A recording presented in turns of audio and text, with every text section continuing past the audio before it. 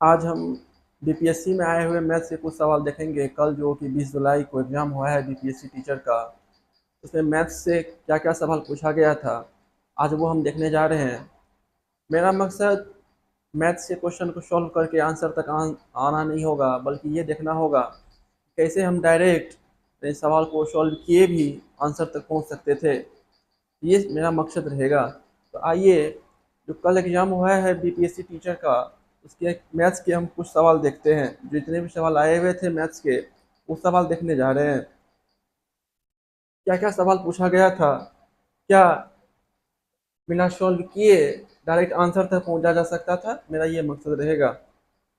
जैसा कि पहले कुछ एक वीडियो में बनाया था अंगणित का, जिसमें हम बात किए थे कि मैथ्स के आंसर तक पहुंचने का बेसिकली दो मेथड होता है। एक तो सॉल्व करके आंसर तक पहुंचना होता है, और दूसरा कई सारे अप्रोचेज के थ्रू हम मैथ्स के आंसर तक पहुंच सकते हैं, किसी भी मैथ्स के क्वेश्चन के आंसर तक पहुंच सकते हैं। तो आज हम जो देखने जा रहे हैं सवाल में, वो देखेंगे कि क्या कोई अप्रोच ऐसा जो डायरेक्ट आंसर तक पहुंचा दे, क्या ऐसा कोई कोई अप्रोच है।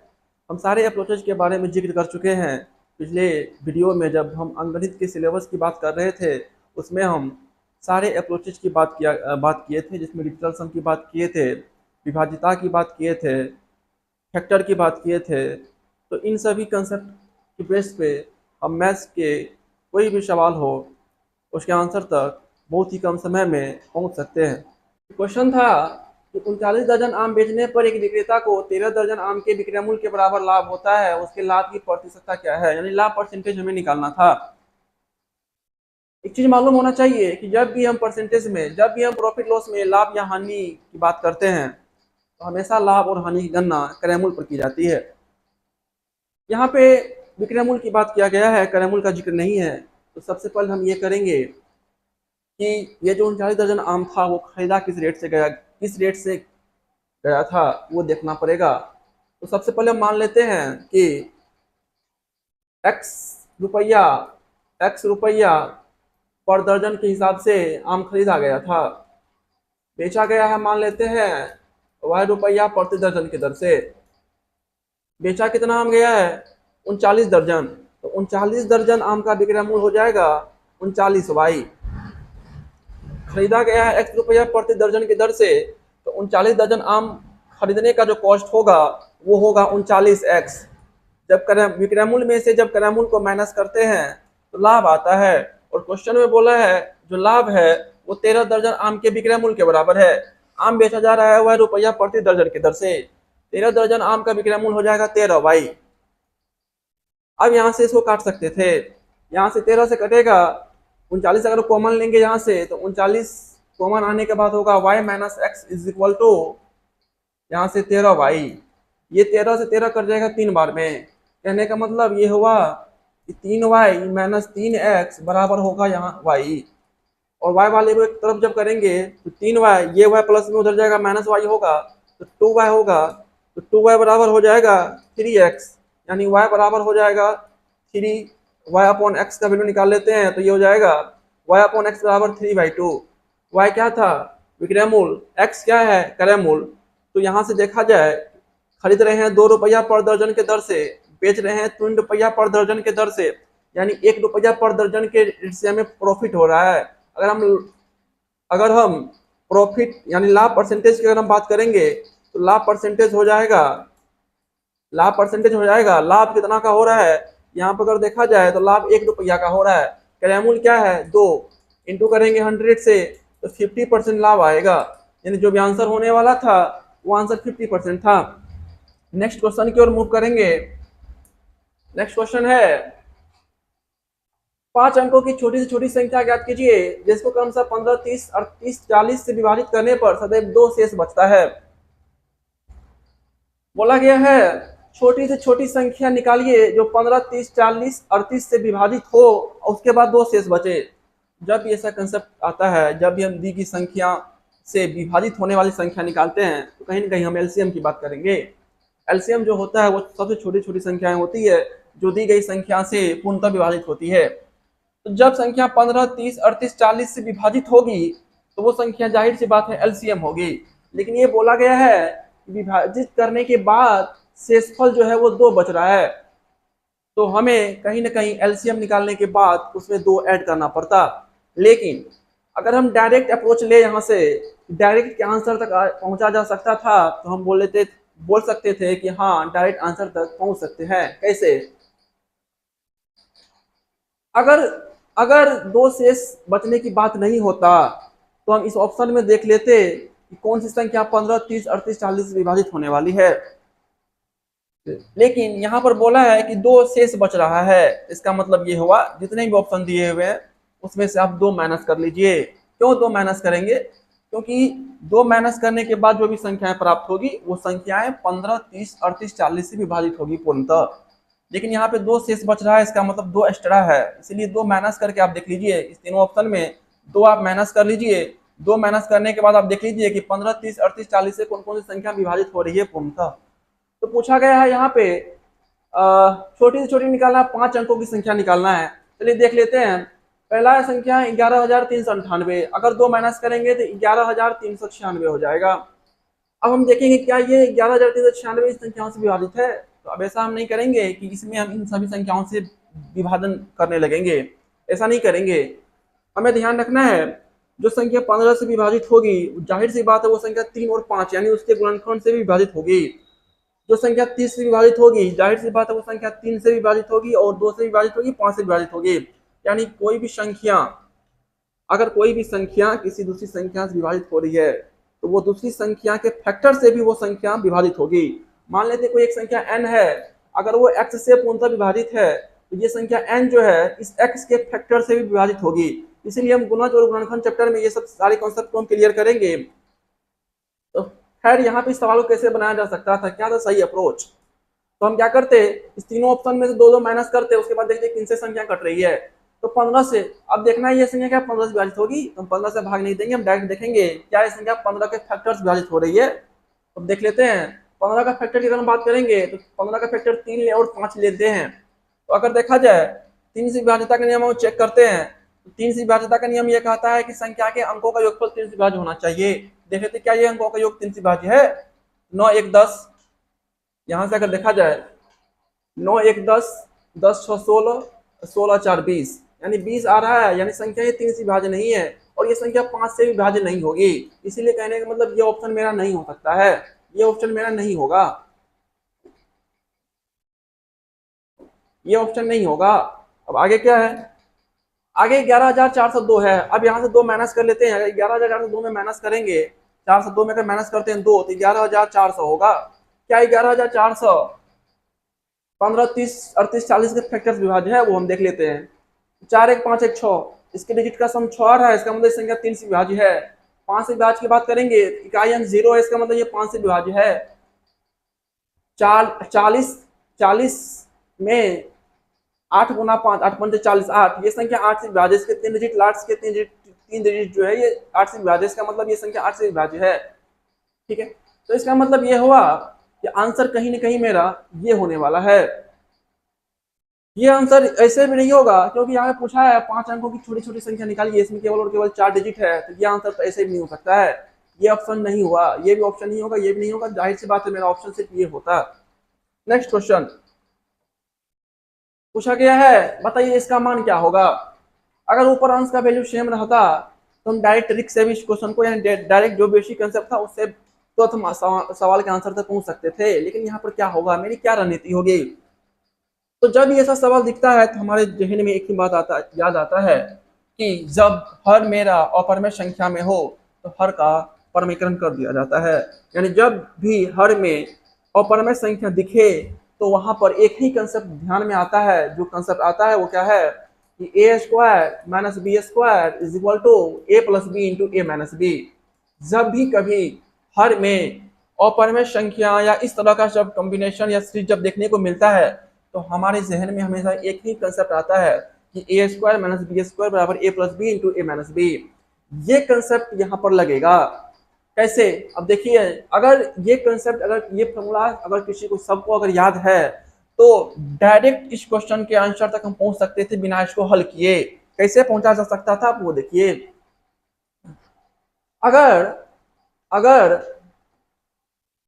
इसका अगर हम परमीकरण करते, अगर इसका हम परमीकरण करते तो क्या होता, 5 + √7 नीचे में है तो ऊपर 5 - √7 से गुना होता, और नीचे भी 5 - √7 से गुना होता। तो कहने का मतलब ये था कि ऊपर मेरा होता 18 इंटू 5 - √7 अपॉन नीचे होता 5 + √7, 5 + √7 इंटू 5 - √7।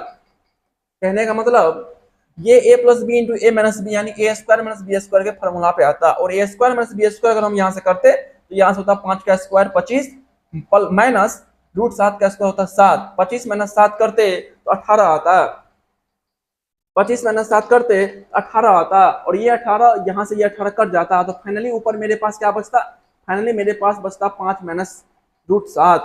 तो डायरेक्ट यहाँ से इसको हम अप्रोच ले सकते थे कि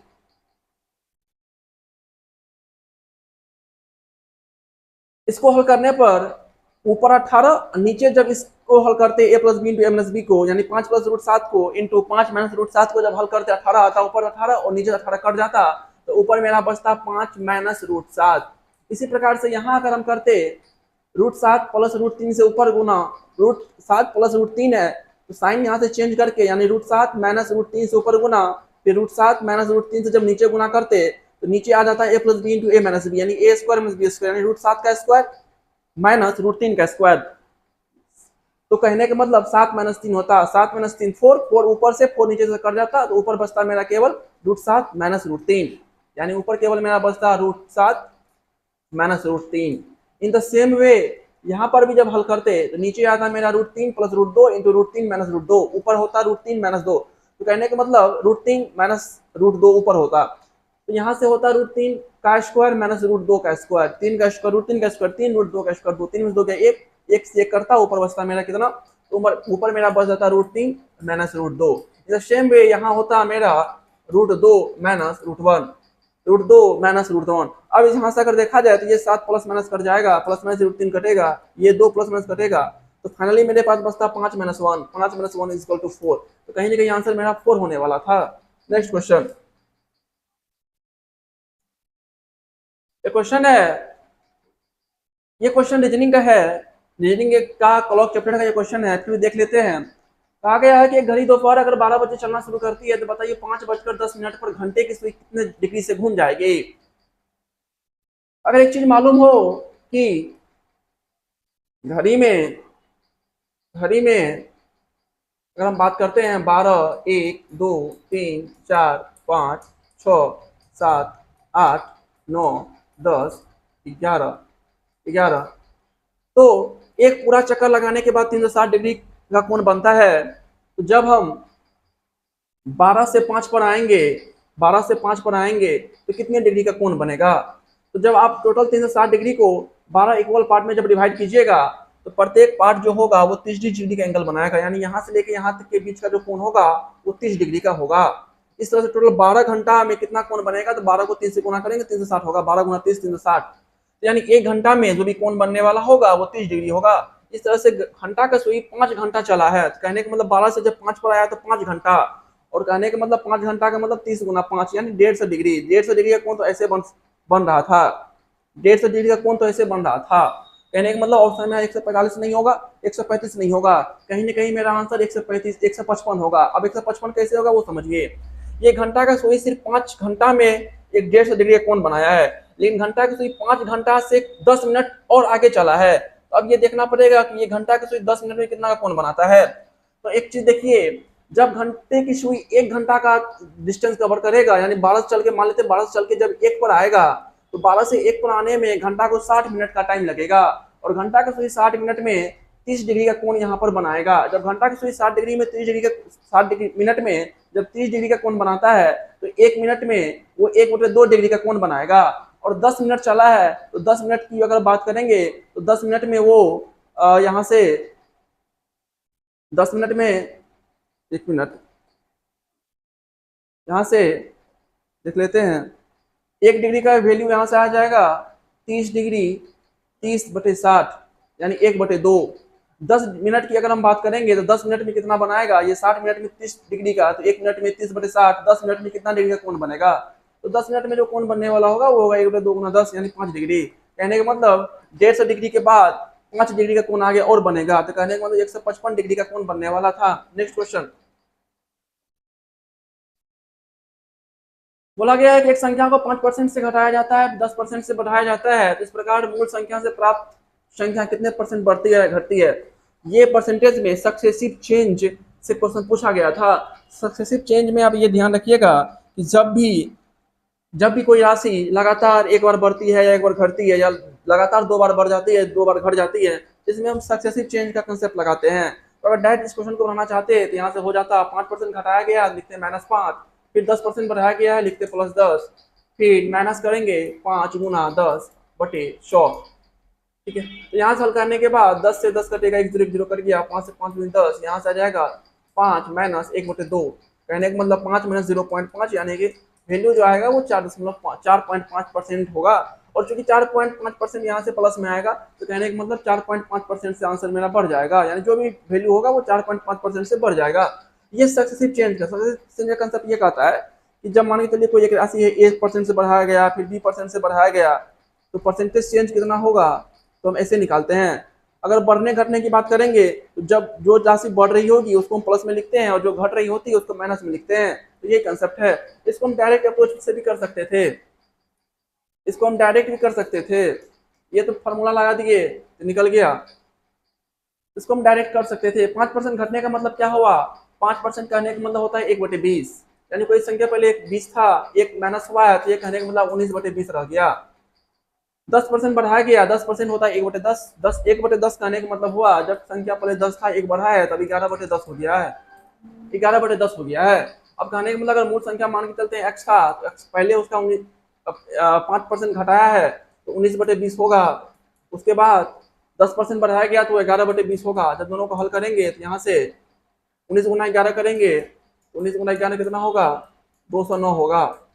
और यहाँ से 20 × 20 करेंगे 400, नहीं यहाँ पे 10 ही होगा, 10 होगा यहाँ पर, ये हो जाएगा 200।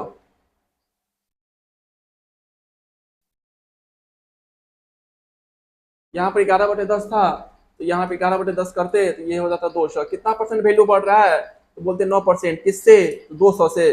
गुना कर देते 100 से, डबल जीरो कट जाएगा, 9 में 2 से जब भाग करेंगे तो 4.5% आएगा। चूंकि ये वैल्यू प्लस में आ रहा है तो कहने का मतलब 4.5% से मेरा वैल्यू क्या होता, बढ़ जाता।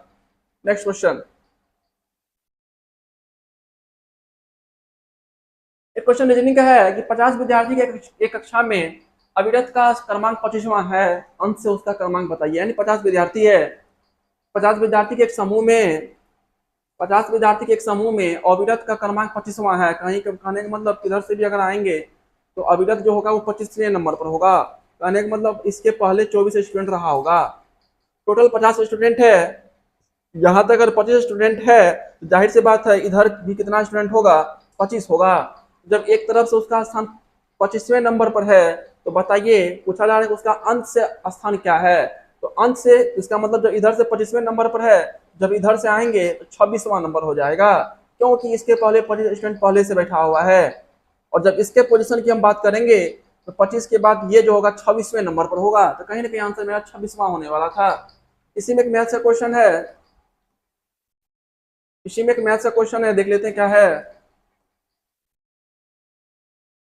रूट अंडर 4489 दिया हुआ है, पूछा इसका वैल्यू आप बता दीजिए क्या होगा।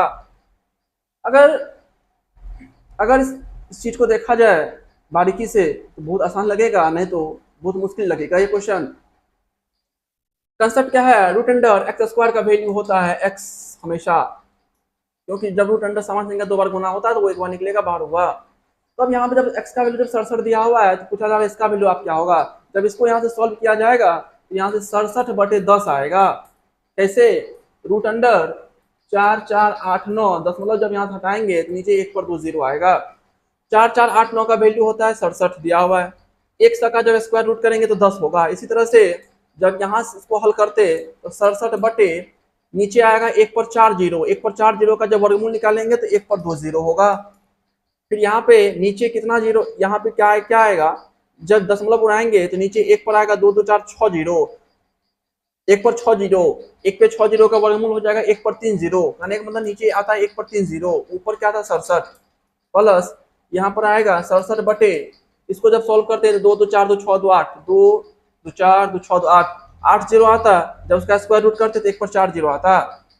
इसको जब सॉल्व करेंगे यहाँ से आएगा 6.7 प्लस इसको जब सॉल्व करेंगे तो 0.67 प्लस इसको जब सॉल्व करेंगे तो 0.067, इसको जब सॉल्व करेंगे तो यहाँ से होगा 0.0067।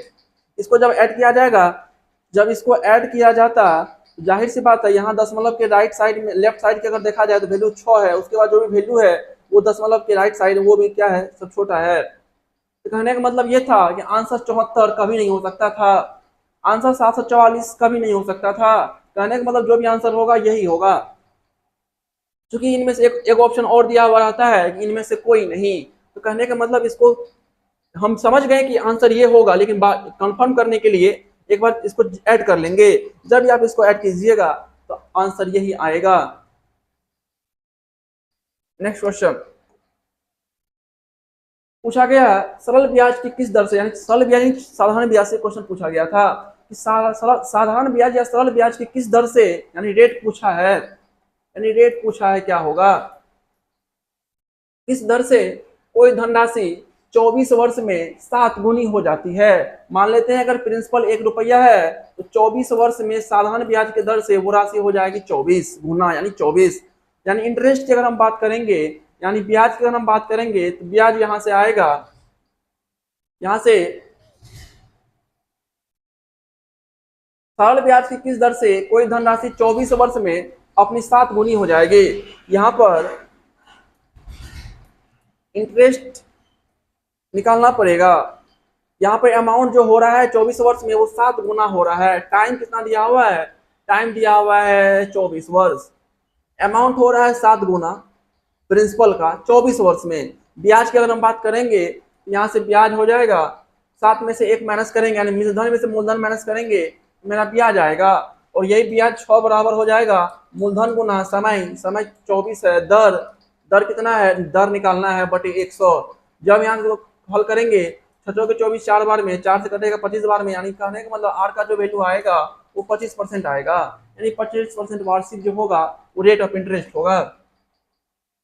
इसी में अगर यहाँ पे सरल ब्याज नहीं दे करके अगर चक्रवृद्धि ब्याज से यह क्वेश्चन दे देता है कि चक्रवृद्धि ब्याज से इतना गुना हो रहा है तो बताइए इतना गुना कितने समय में हो जाएगा, तो वहाँ पे कंसेप्ट चलता है कि अगर कोई भी धन x गुना अगर t समय में हो रहा है तो x से पावर n गुना होने में उसको t गुना n समय लग जाता है। अगर चक्रवृद्धि ब्याज से क्वेश्चन पूछता है, बोलता है कि बताइए कोई धन अगर 2 वर्ष में 8 गुना हो जाता है तो कितने वर्ष में 16 गुना हो जाएगा, इस तरह क्वेश्चन जो भी होगा तो उसका कंसेप्ट यही है, कोई भी धन जब x गुना जब t समय में हो जाता है तो x से पावर n गुना होने में उसको t गुना n टाइम लगेगा। नेक्स्ट क्वेश्चन क्या है, पूछा जा रहा है उस वृत्ताकार मैदान की व्यास की लंबाई क्या होगी जिसका क्षेत्रफल त्रिज्या 8 मीटर त्रिज्या के एक वृत्त के क्षेत्रफल और 36 पाई मीटर स्क्वायर क्षेत्रफल वाले त्रिभुज के क्षेत्रफल के योग के बराबर है। पूछा क्या है, वृत्ताकार मैदान का व्यास पूछा है, यानी एक वृत्ताकार मैदान होगा उसका व्यास पूछ लिया है। अब कहा क्या है, इसका जो क्षेत्रफल है, मान लेते इसका क्षेत्रफल होगा पाई आर स्क्वायर, इसका जो क्षेत्रफल है वो बराबर है 8 मीटर त्रिज्या के वृत्त के क्षेत्रफल, यानी 8 मीटर त्रिज्या का वृत्त का क्षेत्रफल हो जाएगा पाई इंटू 8 का स्क्वायर प्लस, और इसमें क्या बोला है 36 पाई मीटर स्क्वायर क्षेत्रफल वाले त्रिभुज के क्षेत्रफल के योग के। तो त्रिभुज क्षेत्रफल कितना दिया हुआ है 36 पाई मीटर स्क्वायर दिया हुआ है। यहाँ से हल करेंगे तो 8 64 पाई 36 पाई 64 पाई और 36 पाई को जब हल किया जाएगा तो 100 पाई आएगा, 100 पाई बराबर हो जाएगा पाई आर स्क्वायर, यानी पाई से पाई जब कैंसिल करेंगे तो आर स्क्वायर का वैल्यू आएगा 100, यानी आर का वैल्यू आने वाला है 10। जब आर का वैल्यू 10 होगा तो पूछा क्या है मैदान का, उस मैदान का व्यास बता दीजिए। जब त्रिज्या 10 सेंटीमीटर होगा तो व्यास हो जाएगा 20 सेंटीमीटर, जो आंसर होने वाला था वो मेरा 20 होने वाला था। नेक्स्ट क्वेश्चन पूछा, ये डायरेक्ट क्वेश्चन, ये डायरेक्ट फार्मूला है, अगर ये फार्मूला पता नहीं है तो ये क्वेश्चन बनने का ही नहीं।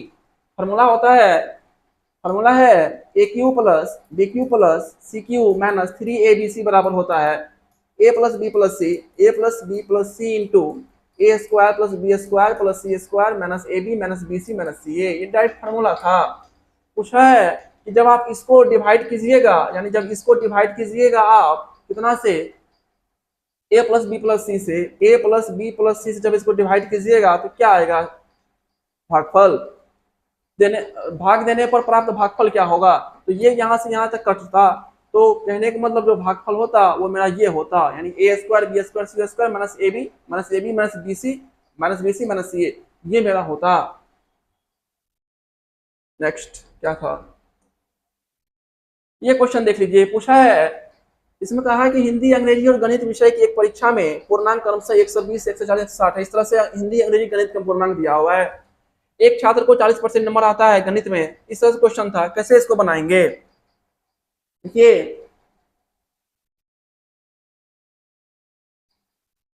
120 का हुआ है हिंदी, उसमें उसको 40% नंबर आया, टोटल कितना नंबर आया, 120 के 40% जब हम करेंगे तो 48 होगा। 140 का 55% जब करेंगे तो 140 का 55% हो जाएगा, ये 100 जीरो जीरो कटेगा, 5 से ये कटेगा, 5 से 11 बार में, 5 से 2 बार में, 2 से कटेगा 7 बार में, 11 से 70, यानी यहाँ से 70 आएगा। इसके बाद 100 का 45% जब करेंगे 100 का 45% हो जाएगा 45 नंबर, यानी कहने का मतलब हिंदी अंग्रेजी और गणित में उसको आया 38 77 45। ठीक है, दोनों को ऐड करेंगे, तीनों सब्जेक्ट में मिला कितना नंबर आ रहा है इसको, 8 7 15 15 5 20, 5 से 2 इधर बच गया 8 10 7 17, यानी 170 नंबर, यानी इसको हिंदी इंग्लिश और मैथ्स मिला के 170 नंबर आया है। अब कह रहा है वह विज्ञान विषय जिसका पूर्णांक 180 है में कितने अंक प्राप्त करे ताकि उसके चारों विषय में प्राप्तांक 60% हो जाए। अब विज्ञान में कितना नंबर लाना होगा, तो एक चीज ध्यान रखेंगे, जब भी हम परसेंटेज निकालते हैं तो टोटल हमको मार्क्स कितना आता है वो लिखते हैं, जो भी मार्क्स ऑब्टेन होता है वो लिखते हैं, टोटल मार्क्स एग्जाम का कितना आता है वो लिखते हैं, 100 से गुना कर देंगे तो परसेंटेज वैल्यू आ जाता है। तो परसेंटेज वैल्यू टोटल उसका दिया हुआ है 60%, तो कहने का मतलब ये हुआ कि हम टोटल मार्क्स कितना ला रहे हैं, तीनों सब्जेक्ट का मार्क्स आया है 170। ठीक है, पूछा है कि बताइए उसको विज्ञान में कितना नंबर लाना होगा, मान लेते हैं विज्ञान में उसको x नंबर लाना है, टोटल एग्जाम कितना का हो रहा है, अगर इसको जोड़ेंगे 120 140 100 को और 180 जब चारों को जोड़ेंगे तो वैल्यू मेरा 540 आएगा, बराबर हो जाएगा इधर कितना 60% के, क्योंकि टोटल वैल्यू कितना है परसेंटेज तो 60%, यानी टोटल नंबर जो ऑब्टेन्ड हो रहा है वो बट टोटल कितना एग्जाम हो रहा है वो दोनों को जब डिवाइड करेंगे गुना जब करेंगे इसमें 100 से तो परसेंटेज में वैल्यू आ जाएगा। तो कहने का मतलब जो इसको हॉल करेंगे, इसको सॉल्व करने के बाद यहाँ से x का वैल्यू आ जाएगा 154, इसका जो आंसर आने वाला 154 आने वाला था। नेक्स्ट क्वेश्चन, पूछा एक आयत का क्षेत्रफल 30 सेंटीमीटर स्क्वायर है, परिमाप 26 है, इसकी लंबाई क्या है। इसको सॉल्व करने की कोई जरूरत ही नहीं था, डायरेक्ट आंसर तक पहुंचा जा सकता था। कैसे आंसर तक पहुंचा जा सकता था वो आप देख लीजिए। आयत का क्षेत्रफल होता है एलबी, एलबी दिया हुआ है 30, एलबी दिया हुआ है 30। अब आगे देखते हैं, अगर लंबाई पूछा, अगर लंबाई मान लेते हैं, अगर लंबाई मान लेते हैं 8 होगा, अगर लंबाई 8 है तो बी यहाँ पे इकाई के अंक पे 0 लाना है, तो जब लंबाई इसका 8 है तो बी का वैल्यू क्या होना चाहिए, तो बी का वैल्यू या तो 5 होता या 5 के मल्टीपल में कोई नंबर होगा। सोचिए 0 कब आता है, इकाई का अंक पे 0 तब आएगा जब वो 2 और 5 का मल्टीपल होगा, कोई भी संख्या जब 2 और 5 का मल्टीपल होता है यानी जब उसमें 2 और 5 गुना होता है तब इकाई अंक में 0 आता है।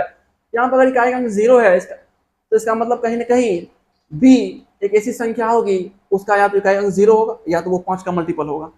अगर हम यहाँ पे 5 रखेंगे मान लेते हैं तो 8 पंजे 40, क्षेत्रफल 40 आता है लेकिन लाना है 30, तो कहने का मतलब यहाँ आंसर 8 तो नहीं होगा, 8 तो कभी किसी हालत में नहीं हो सकता था। अगर हम 6 को चेक करते, 6 को चेक करते तो क्या होता वो अब देख लीजिए। 6 अगर हम चेक करेंगे तो अगर लंबाई को हम 6 मान लेते हैं तो चौड़ाई क्या होगा इस कंडीशन में, तो जो चौड़ाई होता वो 5 का मल्टीपल होता। अगर हम यहाँ पे 5 रखते हैं, अगर हम यहाँ पर 5 रखते हैं तो क्या होता, 6 पंचे 30, 6 पंचे 30 होता। ठीक है, ये तो हो जाता है, मेरा कंडीशन फुलफिल हो रहा है, मतलब यहाँ पे 5 अगर रखेंगे तो 30 हो जाएगा, लेकिन ऑप्शन में ऐसा जब हम 5 लेके चलेंगे तो परिमाप उसका कितना आना चाहिए, आप ये भी चेक कर दीजिए एक बार। अगर हम चौड़ाई को 5 लेंगे तो 6 गुना 5 30 होता, क्या लंबाई 6 और चौड़ाई 5 पर क्या परिमाप 26 आता, वो हम चेक कर लेते हैं। परिमाप होता है 2 × 12 + b बराबर कितना, 2 इंटू एल प्लस बी कितना दिया हुआ है, 26 दिया हुआ है। कहने का मतलब 2 से जब कटेगा तो 13 आएगा, यानी एल और बी को जब जोड़ेंगे, यानी 6 और 5 को जब जोड़ेंगे तो क्या 13 आ रहा है, बोलेंगे 13 नहीं आता। इसका मतलब ये भी आंसर नहीं होता, डायरेक्ट हम आंसर चेक कर लेते 10 होता, डायरेक्ट आंसर हो जाएगा मेरा 10। इसको बिना सॉल्व किए आंसर तक पूछ सकते थे। 10 कैसे होगा, अगर हम लंबाई 10 लेंगे तो जाहिर सी बात है 30 पे लाने के लिए, क्षेत्रफल 30 लाने के लिए 3 से गुना करना पड़ता। जब इसका हम परिमाप निकालेंगे तो लंबाई प्लस चौड़ाई को जोड़ेंगे, 10 3 13, 13 को जब 2 से गुना करेंगे तो हो जाएगा 26। कहने का मतलब आंसर मेरा 10 होने वाला था। अगर हम डायरेक्ट अगर हम नहीं बना पाते तो फार्मूला से भी बना सकते थे। फार्मूला क्या लगता है यहाँ पर, जो पारंपरिक फार्मूला जो चलते आ रहा है वही फार्मूला हम लगाते। क्या लगाते, एल इंटू बी का वैल्यू दिया हुआ है 30, परिमाप होता है 2 इंटू एल प्लस बी, इसका वैल्यू दिया हुआ है कितना 26, 2 से 1 कटेगा, एल प्लस बी का वैल्यू कितना आएगा 13, यानी एल भी दिया हुआ है 30, एल प्लस बी दिया हुआ है 13। यहाँ से एल और बी का मान निकालने के लिए हम क्या करते हैं, फार्मूला लगाते हैं। क्या है फार्मूला, एल माइनस बी का स्क्वायर बराबर हम लगाते हैं एल प्लस बी का होल स्क्वायर माइनस 4 LB, ये वाला फार्मूला हम लगाते। एल प्लस बी का वैल्यू कितना था 13, 13 का स्क्वायर करते माइनस करते 4 इंटू एल बी कितना था 30, 13 का स्क्वायर 169, 169 माइनस करते 120, तो यहाँ से आने वाला था 49, यानी एल प्लस बी का होल स्क्वायर का वैल्यू आता 49, तो एल प्लस बी का वैल्यू आता कितना 7, और यहाँ पर एल प्लस बी का वैल्यू कितना दिया हुआ है 13। जब इसको हम सोल्व करेंगे जोड़ने पर 2L का वैल्यू कितना आ जाएगा 13 7 20, एल का मान कितना आने वाला था, एल का मान आने वाला था यहाँ से 10, कहने के बाद यहाँ से 10 आता। नेक्स्ट क्वेश्चन, अब ये क्वेश्चन देखिए क्या कह रहा है, ए किसी काम को 15 दिन में पूरा करता है। बोला गया है ए किसी काम को 15 दिन में पूरा कर रहा है, बी 8 दिन में पूरा कर रहा है, जबकि बी और सी दोनों मिल करके इस काम को 4 दिन में पूरा कर रहा है। यदि ए और सी मिलकर उस काम को x दिन में पूरा करेगा, तो कहने का मतलब पहले हमको इसका वैल्यू निकालिए, क्या होगा, ये पर डे के हिसाब से, ए किसी काम को खत्म करने में 15 दिन का टोटल टाइम ले रहा है, बी टोटल काम को खत्म करने में 8 डे का टाइम ले रहा है पूरा, बी और सी दोनों मिल करके 4 डे कंप्लीट करेगा। आप दोनों का जब एलसीएम निकालिएगा, तीनों का जब एलसीएम निकालिएगा तो टोटल वर्क आ जाता है। इसका एलसीएम क्या होगा, 15 को हम लिख सकते हैं 3 गुना 5, 8 को लिख सकते हैं 4 गुना 2, 4 इसमें नहीं 4 गुना 2 करना पड़ेगा, 4 4 प्लस आ गया, इसका एलसीएम ये होगा। अगर इसके हम पर डे के हिसाब से काम निकाल ले, ये जो है अगर टोटल 15 दिन काम कर रहा है, मतलब टोटल काम को खत्म करने में 15 दिन का टाइम ले रहा है, तो पर डे किस रफ्तार से या पर डे जो है किस दर से वो काम कर रहा है, टोटल काम इतना है, ये हो गया मेरा कुल काम मेरा इतना है। इसमें 15 से जब डिवाइड करेंगे तो 5 से 15 4 दूनी 8, यानी एक कर रहा है 8 काम पर डे के हिसाब से, 8 काम पर डे। बी करेगा 4, जब बी को 8 से जब इसमें डिवाइड करेंगे 8 8 कटेगा, 5 से 15, ये आ जाएगा मेरा 15 काम पर डे। बी कर रहा है 15 काम पर डे, बी प्लस सी कितना है 4, 4 से जब इसमें डिवाइड करते तो 5 से 15 दूना 30, यानी ये आ जाता है मेरा 30 काम पर डे, 30 काम पर डे पूछा है। अब देखिए यहाँ पर बोला क्या है, अगर ए और सी मिलकर उस काम को x दिन में पूरा करते हैं, तो पहले ए और सी मिलकर के कितना दिन में काम पूरा करेगा आप वो निकालिए। तो ए कर रहा है 8 काम पर डे, सी कर रहा है, अच्छा यहाँ पे देखिए बी प्लस सी का वैल्यू कितना है 30 काम पर डे, बी कितना कर रहा है 15 काम पर डे, कहने का मतलब सी कितना करेगा, सी अगर दोनों मिलके अगर 30 काम पर डे कर रहा है, बी अकेला अगर 15 काम पर डे कर रहा है, तो 15 ये दोनों मिलके 30, तो 15 ये है 15 और दोनों मिल करके काम कर रहा है 30 काम, तो कहने का मतलब सी भी कितना करेगा काम 15 काम पर डे के हिसाब से करेगा, ये भी करेगा 15 काम पर डे, 15 काम पर डे। सी भी कर रहा है 15 काम पर डे, बी भी करेगा काम 15 काम पर डे, तब दोनों मिल करके टोटल काम हो रहा है 30 काम पर डे, यानी सी का भी काम कितना आ गया 30 काम पर डे। अब ए और सी मिलके तो ए कितना काम कर रहा है 8 काम पर डे, सी कितना काम कर रहा है 15 काम पर डे, तो ए और सी जब दोनों मिलेगा तो पर डे कितना काम कंप्लीट हो जाएगा, तो ए कर रहा है 8 काम पर डे, सी कर रहा है 15 काम पर डे, दोनों को जब जोड़ेंगे तो 15 5 20 3 23, ये आएगा 23 काम पर डे। अब बोल रहा है कि ये दोनों मिलके x दिन में काम पूरा करेगा, टोटल काम करना है हमको इतना काम पर डे हो रहा है, तो कितना टाइम लगेगा खत्म होने में, तो x का वैल्यू यहाँ जब निकलेगा तो हो जाएगा 3 गुना 5 गुना 4 गुना 2 बटे कितना 23, यानी x का जो वैल्यू आएगा, यानी दोनों मिल के जब काम करेगा कितना दिन में समाप्त होगा, तो उस x का वैल्यू आएगा, टोटल काम जो हो रहा है कंप्लीट करना है वो बटे जो दोनों मिल के काम कर रहा है वो डिवाइड करेंगे तो x का वैल्यू आएगा। आगे क्या बोला है, ए और बी मिल करके y दिन में पूरा करता है, ए और बी की हम बात करेंगे, ए काम कर रहा है 8 काम पर डे, बी काम कर रहा है 15 काम पर डे, दोनों जब मिलेगा तो ए प्लस बी दोनों मिल के काम करे कितना, 15 प्लस 8 23 काम पर डे, 23 काम पर डे। टोटल काम को करना कितना है, इतना।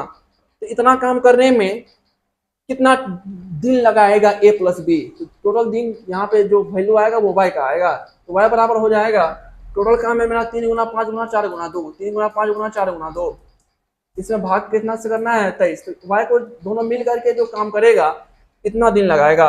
अब पूछा है एक्स बटे वाई का आप वैल्यू निकाल दीजिए क्या होगा।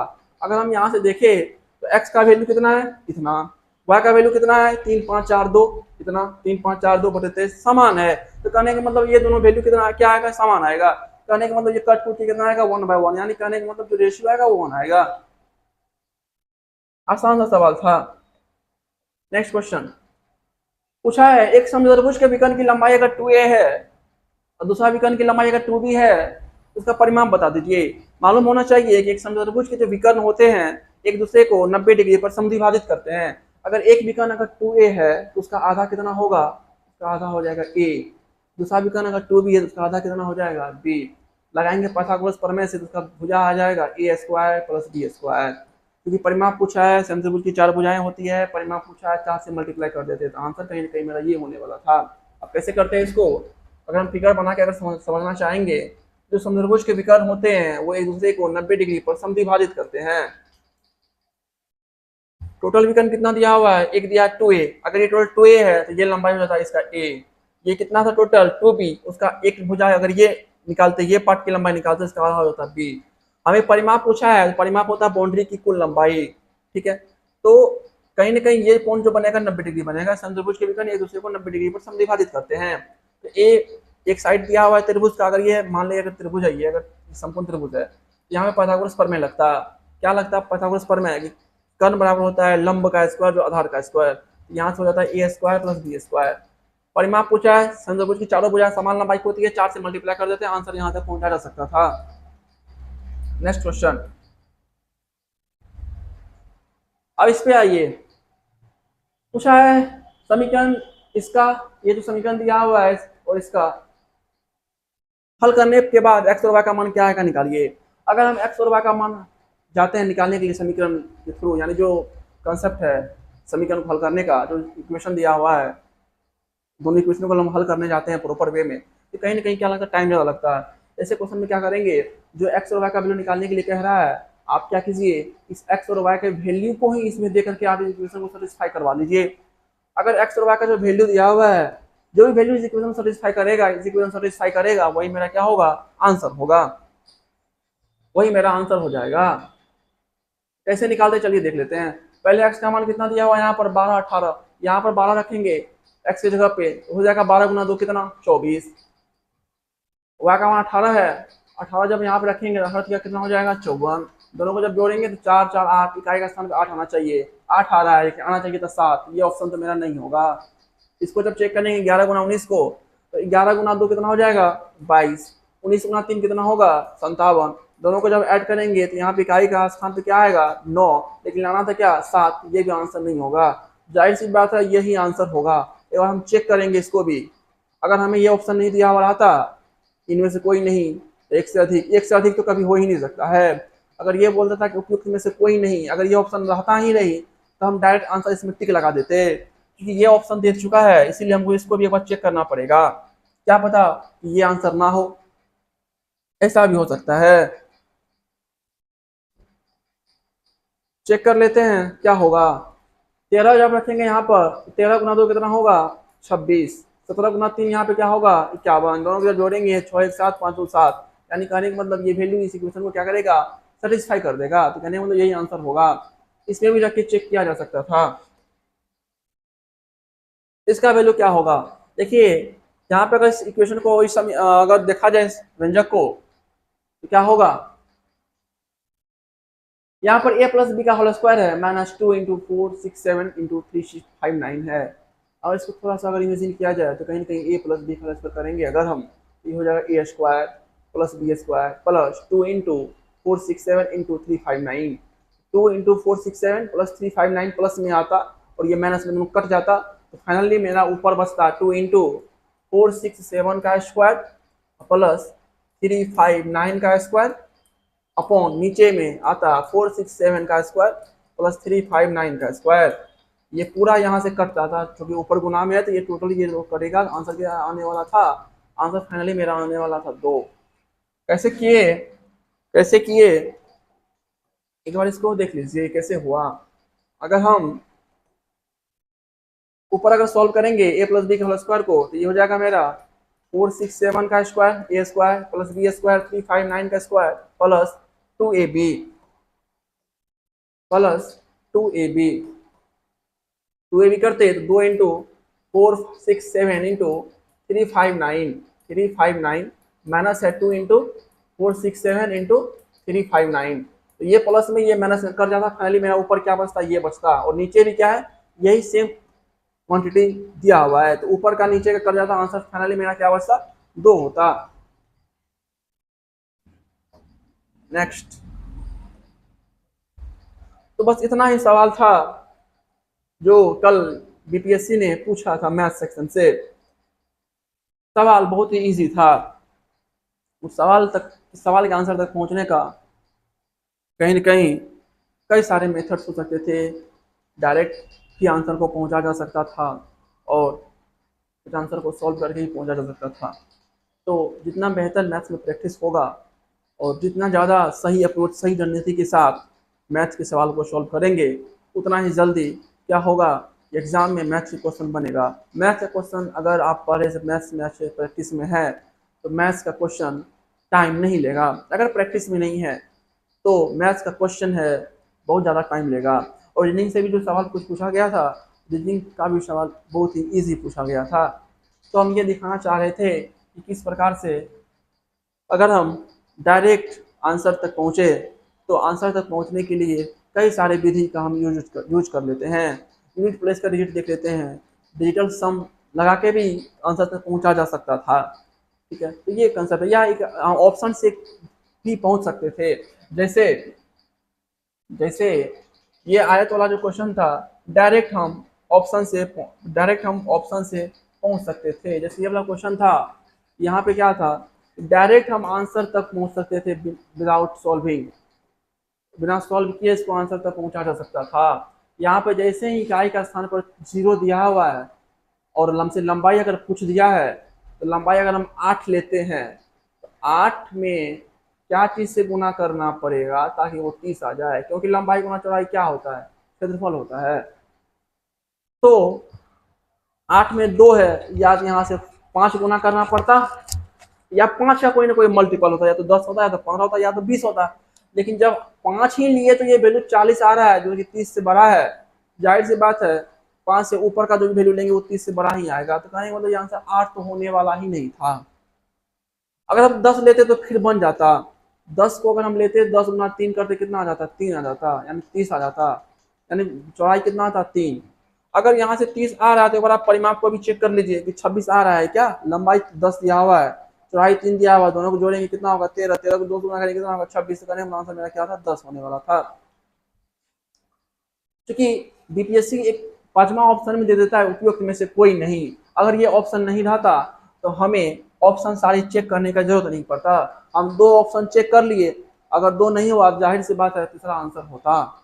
मैथ्स में बहुत ही कम क्वेश्चन ऐसे होते हैं जिसका आंसर 1 से अधिक होता है। खास करके अगर द्विघात समीकरण से या द्विघात बहुपद से क्वेश्चन अगर पूछा जाएगा, या इक्वेशन वाले जो भी क्वाड्रेटिक इक्वेशन होगा या त्रिघातीय क्यूबिक इक्वेशन होता है, तो उसमें आंसर जो भी वेरिएबल का आता है उसका आंसर 1 या 1 से अधिक आता है। यानी 2 आएगा या तो 3 आएगा। अगर क्वाड्रेटिक है तो 2 आएगा, क्यूबिक पॉलिनोमियल होता है 3 आता है। तो उस कंडीशन में आंसर 1 से अधिक हो सकता है। मैथ्स में ज्यादातर क्वेश्चन में आंसर जो होगा 1 से अधिक नहीं होगा। तो यही सारे क्वेश्चन पूछा गया था। जैसे ये क्वेश्चन ही था एक, इसमें सिर्फ यही कंसेप्ट लगाना होगा कि हर में जब भी अपरमय संख्या दिख जाए, बस ये कंसेप्ट दिमाग में ले आइएगा।